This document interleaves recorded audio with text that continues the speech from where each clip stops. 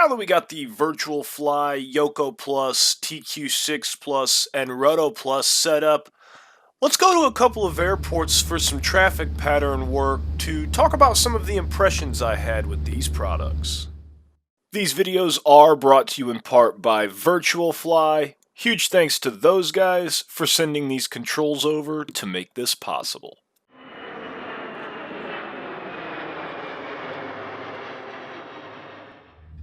Firstly, shipping all the way from Spain to the United States, central US to be more exact, took just 4 days. I've had local shipments take longer than these products did to get here, and I was really impressed by that shipping speed. The very next thing I noticed was the build quality and all metal construction of these components. These things are stout, as they say, built to last. They are on the heavy side, but that's what happens when you move from a less durable plastic to a more durable metal construction. They aren't anvils or impossible to pick up and move around, but you definitely notice a weight difference between, say, the Satec rudder pedals, which is what I used prior to these RUDDO Plus pedals. I also haven't been able to break this smooth or this evenly on any other rudder pedal setup. The load cell toe brakes were a feature to almost die for in these RUDDO Plus pedals. It felt like I could finally control the simulator aircraft like you do a real one, using pressures rather than an unrealistic, raw feeling input. Aside from major changes in direction, which require more than a pressure input in the real world anyway, maintaining centerline, for example, was done just by easing physical pressure or adding physical pressure to one pedal or another. You'll see on this first takeoff that as the aircraft gains speed, my inputs and pressures become much less noticeable. I promise I am giving an input, but it's nothing more than a bit of pressure, which, in my experience, is also true inside of a real aircraft. On camera, it'll probably seem like I'm not using the RUDDO Plus pedals a whole lot, but the reality is I'm using them just as much as the yoke and throttle, actually. It's just that they are so precise with the Hall sensors and operate so smoothly that using a true pressure input is possible, and this precision and ability to mimic real-world pilots and the rudder inputs carry over to the YOKO Plus and TQ6 Plus products as well. I have a feeling I'm going to say pressure or some form of it about 100 more times before the end of this video, but that's really the type of input I'm using to use these controls. We can see on this takeoff, shortly after I pull back with both hands to take off, I'm able to trim and relax a bit, enjoy some sights while I'm climbing out, while maintaining a physically felt pressure on the YOKO Plus, something I wouldn't have been so keen to do using my last setup. The smoothness in the controls as you move them is a real treat in the hand or under the feet. Pulling back on this YOKO Plus, advancing these TQ6 Plus throttles, or kicking the RUDDO Plus rudder pedals at a crosswind landing was always satisfying. These controls do a good job at providing the user physical feedback. As you approach the end of travel in the YOKO Plus and RUDDO Plus, things get stiffer. It starts to require more and more force the further from center you get. For example, using full left or right aileron almost requires 2 hands due to the physical forces required. This holds true in real aircraft as well, because the further into the airstream you put a control surface, the more force required to hold it there. Flight simming has never felt closer to my real-world experiences before Virtual Fly sent me these to try out.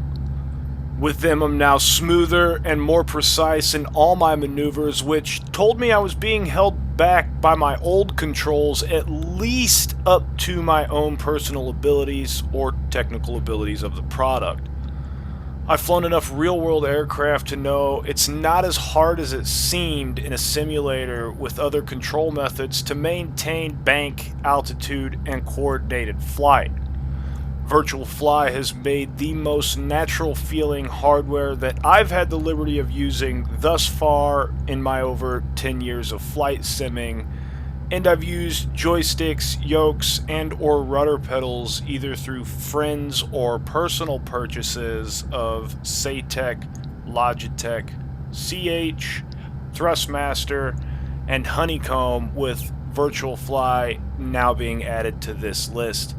I've even used a Sidewinder force feedback joystick that Microsoft made, but this was when I first started simming a while ago.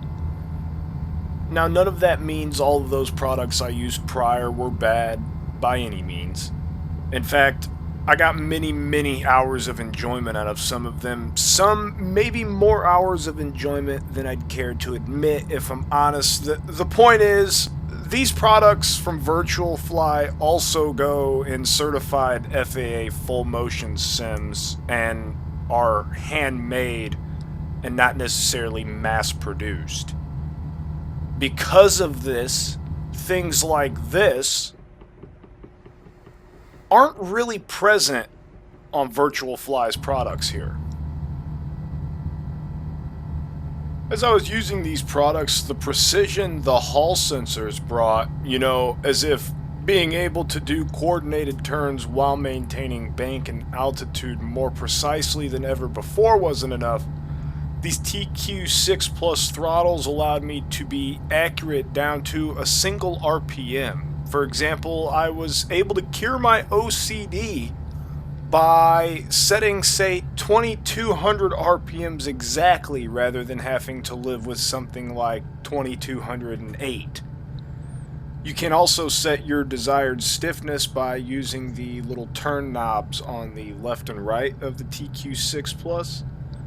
On the right, you have mixture and propeller friction, as it's also sometimes called, and on the left, you have a knob for the throttles for even more control. When landing, the progressive stiffening of the controls that I mentioned before gave me the ability to better gauge what too much input was.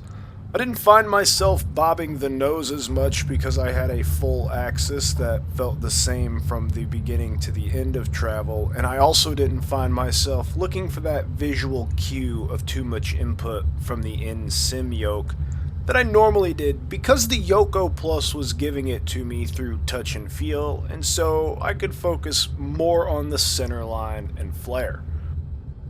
I just can't get over the fact that I can use a true pressure input when flying on my simulators now. The precision from the Hall sensors and physical feedback you get from all the controls getting stiffer with the input, the extremely high build quality using metal rather than plastics, and the fact these same controls go into certified simulators were only a few of my favorite aspects about these controls. I was so busy having fun with the load cells and the toe brakes on the RUDDO Plus pedals, I almost didn't make this taxiway here, actually. If you didn't like this video, go ahead and dislike. But if you did enjoy this video, hit like, subscribe, and ring the notification bell, because in the next video with Virtual Fly, we visit Spain, the home of Virtual Fly, where I plan to talk about more interesting things I find while using their YOKO Plus, RUDDO Plus, and TQ6 Plus, as well as one thing on their website about a UAV and how Virtual Fly controls are controlling it, and maybe a few landmarks we may come across along our journey in Spain. Feedback is always welcome in the comments section below. This was Ronnie, and as always, thanks for watching, and until next time.